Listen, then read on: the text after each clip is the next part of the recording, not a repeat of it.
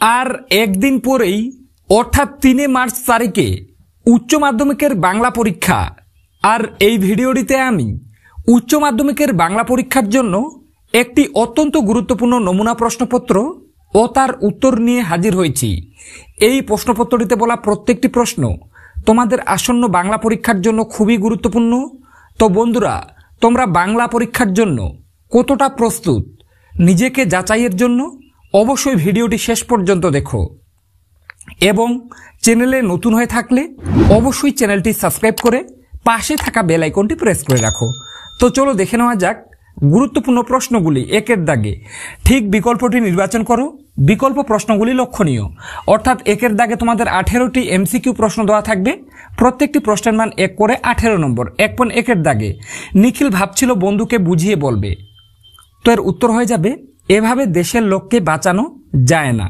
1.2 দেশের চেয়ে ছোঁয়াচে কিছুই নেই এ জগতে। উত্তর হয়ে যাবে দরদের চেয়ে ছোঁয়াচে কিছুই নেই এ জগতে। এরপর 1.3 কনক পানি চালের ভাত খান। তো এর উত্তর হয়ে যাবে কনক পানি চালের ভাত খান বড় বাবু।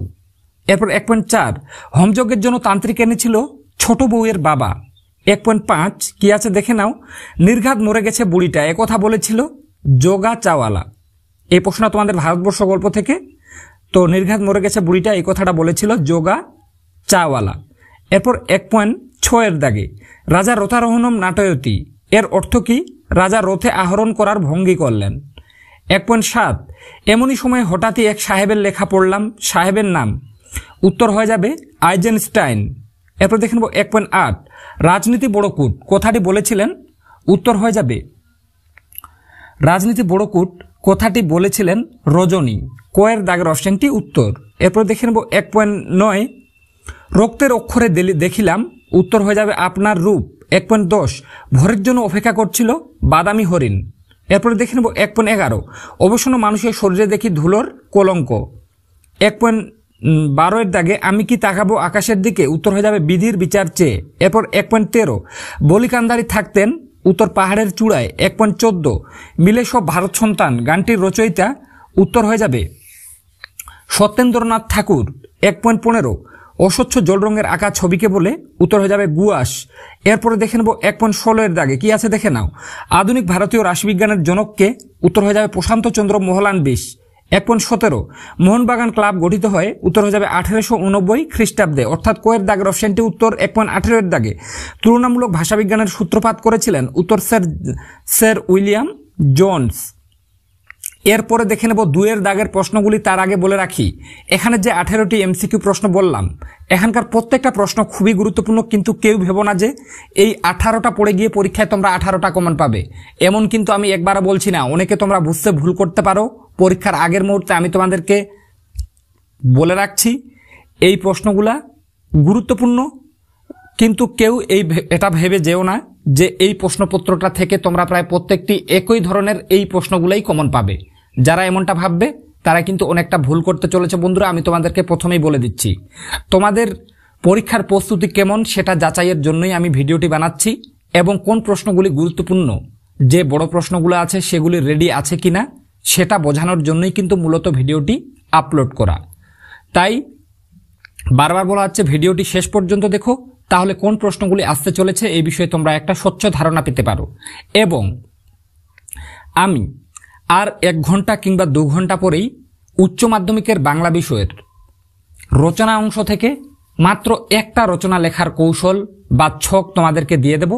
তোমরা যদি পরীক্ষায় রচনা কমনও না পাও, হুবহু যদি ওই জীবনীমূলক রচনাটাই করে দিয়ে আসো, তাহলে কিন্তু তোমরা প্রায় 10-এর মধ্যে 8 বা 9 পাবেই।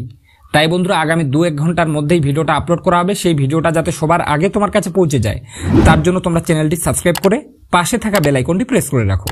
তো চলো দেখে নেবো এরপরে 2 দাগে কি আছে। অনধিক 20টি শব্দে প্রশ্নগুলির উত্তর দাও। তো 2 দাগে তোমাদের 12টি এসএকিউ প্রশ্ন বা অতি সংক্ষিপ্ত প্রশ্ন দেওয়া থাকবে।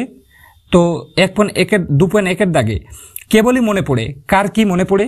2.2 এসব কথা শুনে উচ্চ বুকে বল পায়, কোন কথা শুনে উচ্চ বুকে বল পায়। 2.3 অমর গাঙ্গুলিকে স্কুলের হেড পণ্ডিত প্রমোশন দেননি কেন, এর সাথে অথবা দিয়ে আছে এই তো জীবনের সত্য কালীনাথ, সত্যটি কি।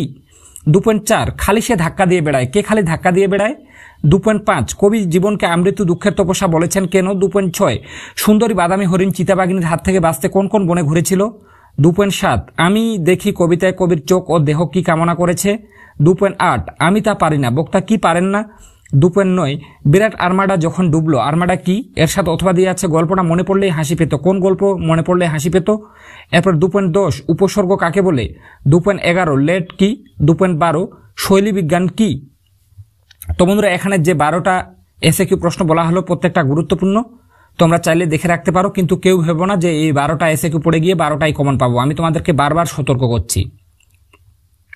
আর বারবার বলা হচ্ছে আগামী 2-1 ঘন্টার মধ্যে আমি বাংলা বিষয়ের জীবনীমূলক রচনা লেখার একটা ছক তোমাদের সামনে বলে দেবো।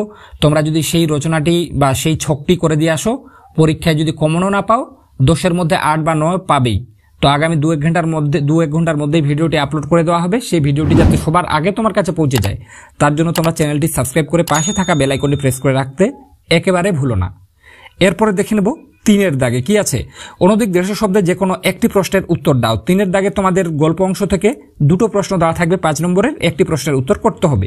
তো এখানে যেটা দিয়ে রেখেছি, কতক্ষণ সে মারমুখী জনতাকে ঠেকিয়ে রাখতে পারতো কে জানে? সে বলতে কার কথা বলা হয়েছে? জনতা মারমুখী হয়ে উঠেছিল কেন? এই প্রশ্নটা ভারতবর্ষ গল্প থেকে সবথেকে গুরুত্বপূর্ণ। এরপর 3.2 বাদারা বড় বাড়িতে থেকে যায় অচল হয়ে, কোন বাদার কথা বলা হয়েছে? সেই বাদারা বড় বাড়িতে থেকে যায় কেন? এই প্রশ্নটা গুরুত্বপূর্ণ, ভালোভাবে দেখে রাখবে। এটা তোমাদের ভাত গল্প থেকে, তাই কোনোভাবে বাদ দেবে না। এরপর 4-এর দাগে অনধিক 150 শব্দে যে কোনো একটি প্রশ্নের উত্তর দাও। অর্থাৎ 4-এর দাগে তোমাদের কবিতাংশ থেকে 2টো প্রশ্ন দেওয়া থাকবে, একটি প্রশ্নের উত্তর করতে হবে। তো এবছরের জন্য সবথেকে গুরুত্বপূর্ণ প্রশ্ন 4.1-এর দাগে ক্রন্দনতা জননীর পাশে কবিতায় কবি জননীকে ক্রন্দনতা বলেছেন কেন? এই পরিস্থিতিতে কবি কি করা উচিত বলে মনে করেছেন? এটা তোমাদের খুবই গুরুত্বপূর্ণ, ভালোভাবে পড়ে রাখবে। 4.2 শিখার কবিতায় ভোরের পরিবেশ যেভাবে চিত্রিত হয়েছে তা নিজের ভাষায় লেখো, সেই পরিবেশ কোন ঘটনায় করুণ হয়ে উঠল? এই প্রশ্নটা তোমাদের শিখার কবিতা থেকে, কোনোভাবে বাদ দেবে না, ভালোভাবে রেডি করবে। এরপর 5-এর দাগে অনধিক 150 শব্দে যে কোনো একটি প্রশ্নের উত্তর দাও। তো 5-এর দাগে তোমাদের নাটক অংশ থেকে পরীক্ষায় 2টো প্রশ্ন দেওয়া থাকবে, একটি প্রশ্নের উত্তর করতে হবে। তো 5.1-এর দাগে যেটা আছে, এই ঘরের মধ্যে জীবনকে উপলব্ধি করা যাবে না। জীবনকে উপলব্ধি করার জন্য বক্তা কি করেছিলেন? শেষে তার কিরূপ অভিজ্ঞতা হয়েছিল? 5.2 আমাদের দিন ফুরিয়েছে, কে কোন প্রসঙ্গে এই উক্তিটি করেছেন? বক্তার এই উপলব্ধির কারণ ব্যাখ্যা করো। এরপর 6-এর দাগে, তার আগে আবারও বলে রাখছি, চ্যানেলে যদি নতুন হয়ে থাকো তাহলে অবশ্যই বন্ধুরা চ্যানেলটি সাবস্ক্রাইব করে পাশে থাকা বেল আইকনটি প্রেস করে রাখতে একদম ভুলবে না। আমি এতদিন ধরে শুধুমাত্র উচ্চ মাধ্যমিকের ছাত্রছাত্রীদের জন্যই ভিডিও বানিয়ে এসেছি, তাই তোমরা যদি চ্যানেলটি সাবস্ক্রাইব করে রাখো তাহলে আমি নেক্সট ভিডিও বানাতেও অনেকটা মোটিভেট ফিল করব। আর আমি তোমাদেরকে বারবার বলছি, আগামী 2-1 ঘন্টার মধ্যে আমি রচনা লেখার একটা কৌশল চ্যানেলে আপলোড করব। তুমি যদি সেটাই লিখে দিয়ে আসতে পারো তাহলে 10-এর মধ্যে 8 খুব সহজে পেতে পারো। তাই সেই ভিডিওটি যাতে সবার আগে তোমার কাছে পৌঁছে যায়, তার জন্য চ্যানেলটি তোমরা সাবস্ক্রাইব করে রাখতে একেবারে ভুলবে না। এরপরে 6-এর দাগে অনধিক 150 শব্দে যে কোনো একটি প্রশ্নের উত্তর দাও। 6-এর দাগে তোমাদের আন্তর্জাতিক কবিতা বা ভারতীয় গল্প থেকে পরীক্ষায় 2টো প্রশ্ন দেওয়া থাকবে, একটি প্রশ্নের উত্তর করতে হবে। তো 6.1-এর দাগে বইয়ে লেখে রাজার নাম, রাজারা কি পাথর ঘাড়ে করে আনতো? কারা কেন পাথর ঘাড়ে করে এনেছিল? এই প্রশ্নটা তোমাদের পড়তে জানে মজুরের প্রশ্ন থেকে, ভালোভাবে দেখে রাখবে। 6.2 গুরু নানকের হাতের ছাপ আজও লেগে রয়েছে, গুরু নানকের হাতের ছাপ কোথায় লেগে আছে? এই প্রসঙ্গে বর্ণিত ঘটনাটি উল্লেখ করো। এটাও গুরুত্বপূর্ণ, অলৌকিক নামক ভারতীয় গল্প থেকে, ভালোভাবে রেডি করে রাখবে। আর আমি তোমাদেরকে সাজেস্ট করব, শেষ মুহূর্তে যারা কিছুই পড়োনি তারা অলৌকিক বা পড়তে জানে মজুরের প্রশ্ন থেকে যে কোনো 2টির মধ্যে একটা ভালোভাবে পড়বে। আর তোমরা যদি বলো দাদা আমরা কোনটা পড়লে ভালো হয় শেষ মুহূর্তে, তাদেরকে বলবো তোমরা অলৌকিক নামক গল্প থেকে প্রশ্নগুলো রেডি করে যাও। মাত্র 2টা বা 3টা পড়ে গেলেই কিন্তু কমন পেয়ে যাবে। এরপরে 7-এর দাগে অনধিক 150 শব্দে যে কোনো একটি প্রশ্নের উত্তর দাও। 7-এর দাগে তোমাদের আমার বাংলা নামক যে একটা প্রবন্ধ রয়েছে, তো সেখান থেকে প্রবন্ধের আলাদা পার্ট রয়েছে আমার বাংলা নামক, সেখান থেকে পরীক্ষায় 2টো দেওয়া থাকবে, একটি প্রশ্নের উত্তর করতে হবে। 7.1-এর দাগে চেংমানের মাথায় আকাশ ভেঙে পড়ে, চেংমানকে কেন তার মাথায় আকাশ ভেঙে পড়েছিল? 7.2 দেখতে অনেকটা হিটলার জার্মানির কনসেন্ট্রেশন ক্যাম্পের মতো, কি দেখে লেখকের এমন মনে হয়েছিল তার বিবরণ দাও। এরপর 8-এর দাগে অনধিক 150 শব্দে যে কোনো একটি প্রশ্নের উত্তর দাও। 8-এর দাগে তোমাদের ভাষাংশ বা ব্যাকরণ পাঠ থেকে 2টো প্রশ্ন দেওয়া থাকবে, একটি প্রশ্নের উত্তর করতে হবে। তো 8.1-এর দাগে যেটা আছে উদাহরণ সহ ধ্বনিমূল ও সহধ্বনির সম্পর্ক বুঝিয়ে দাও। এই প্রশ্ন তোমাদের সবচেয়ে গুরুত্বপূর্ণ ভাষাংশ থেকে, কোনোভাবে বাদ দেবে না, পরীক্ষায় আসার চান্স প্রবল। এরপর 8.2 এর দাগে গঠনগত দিক দিয়ে বাক্য কয় প্রকার ও কি কি, প্রত্যেক ভাগের একটি করে উদাহরণ সহ পরিচয় দাও। তো ভাষাংশ থেকে এই দুটো প্রশ্ন পড়া থাকলে আমার মনে হয় এবছরে তোমরা কিন্তু একটা প্রশ্ন কমন পেয়ে যেতে পারো, তাই কোনোভাবে এই দুটো প্রশ্ন তোমরা বাদ দেবে না। এরপর দেখে নেব 9 এর দাগে অনধিক 150 শব্দে যে কোনো একটি প্রশ্নের উত্তর দাও। 9 এর দাগে তোমাদের শিল্প সাহিত্য এবং সংস্কৃতির ইতিহাস থেকে পরীক্ষায় 4টা প্রশ্ন দেওয়া থাকবে, 2টি প্রশ্নের উত্তর করতে হবে। তো এখানে আমি যেগুলো দিয়ে রেখেছি দেখেন। 9.1 এর দাগে বাংলা গানের ধারায় রবীন্দ্রনাথ ঠাকুরের অবদান সংক্ষেপে আলোচনা করো, রবীন্দ্র সমসাময়িক দুজন বিশিষ্ট গীতিকারের নাম লেখো। এই প্রশ্নটা খুবই গুরুত্বপূর্ণ, পরীক্ষায় আসার মতো, কোনোভাবে বাদ দেবে না বাংলা গানের ধারা থেকে। 9.2 বাংলার চিত্রকলার ইতিহাসে যামিনী রায়ের অবদান আলোচনা করো। এটা খুবই গুরুত্বপূর্ণ, পরীক্ষায় প্রতি বছর আসার চান্স থাকছে কিন্তু এখনো আসেনি, তাই চিত্রকলার ইতিহাস থেকে সবথেকে গুরুত্ব দিয়ে আমি তোমাদের এই প্রশ্নটা পড়তে বলছি। 9.3 বাংলা চলচ্চিত্রের ইতিহাসে তপন সিংহের অবদান আলোচনা করো। এরপর 9.4 চিকিৎসা বিজ্ঞানের ইতিহাসে বিধানচন্দ্র রায় অথবা বাঙালির বিজ্ঞান চর্চার ইতিহাসে আচার্য প্রফুল্লচন্দ্র রায়ের অবদান আলোচনা করো। তো বিজ্ঞান চর্চার ইতিহাস থেকে এই দুটো পড়ে রাখলে আমার মনে হয় এবছরে একটা কমন পেতে পারো। তো বন্ধুরা, যে কয়েকটা প্রশ্ন বলছি আশা রাখি তোমরা এখানকার প্রত্যেকটা প্রশ্ন পড়ে রেখেছো, যাদের পড়া নেই তারা একবার হলো চোখ বুলিয়ে যেও। এরপরে দোষের দাগে তোমাদের পরীক্ষায় 4টা রচনা দেওয়া থাকবে, 4টি বিষয়ের উপর নির্ভর করে, যে কোনো একটি বিষয়ের উপর নির্ভর করে তোমাদেরকে প্রবন্ধ রচনাটি করতে হবে। তো 10 পয়েন্ট কি আছে দেখেন। দোষের দাগে নিম্নলিখিত যে কোনো একটি বিষয় নির্বাচন করে নির্দেশ অনুসারে কম বেশি 400 শব্দে একটি প্রবন্ধ রচনা করো। অর্থাৎ দোষের দাগে তোমাদের বারবার বলছি 4টি বিষয়ের উপর নির্ভর করে প্রবন্ধ রচনা থাকবে, একটি বিষয়ের উপর নির্ভর করে লিখতে হবে। 10.1 দাগে আছে প্রদত্ত মানস মানচিত্র অবলম্বনে একটি প্রবন্ধ রচনা করো। তো এখানে যেটা দেওয়া আছে বাংলার উৎসব। এরপর 9.2 প্রদত্ত অনুচ্ছেদটিকে প্রস্তাবনা ও ভূমিকা স্বরূপ গ্রহণ করে পরিণতি দানের মাধ্যমে একটি পূর্ণাঙ্গ প্রবন্ধ রচনা করো। এখানে যেটা দেওয়া আছে পরিবেশ গবেষণায় অরণ্য। 10.3 প্রতিপক্ষের যুক্তির দুর্বলতা প্রমাণ করে স্বপক্ষের যুক্তিক্রম বিন্যাস করে প্রবন্ধ রচনা করো। এখানে যেটা দেওয়া আছে বিতর্কের বিষয়ে পরীক্ষায় প্রাপ্ত নম্বর সাফল্যের একমাত্র মাপকাঠি নয়। 10.4 প্রদত্ত তথ্য ও সূত্র অবলম্বনে একটি প্রবন্ধ রচনা করো। এখানে যেটা দেওয়া আছে 10.4 এর দাগে জীবনীমূলক রচনা থাকবে। তো পশ্চিমবঙ্গের প্রায় 90% স্টুডেন্ট এই জীবনীমূলক রচনাটি করে।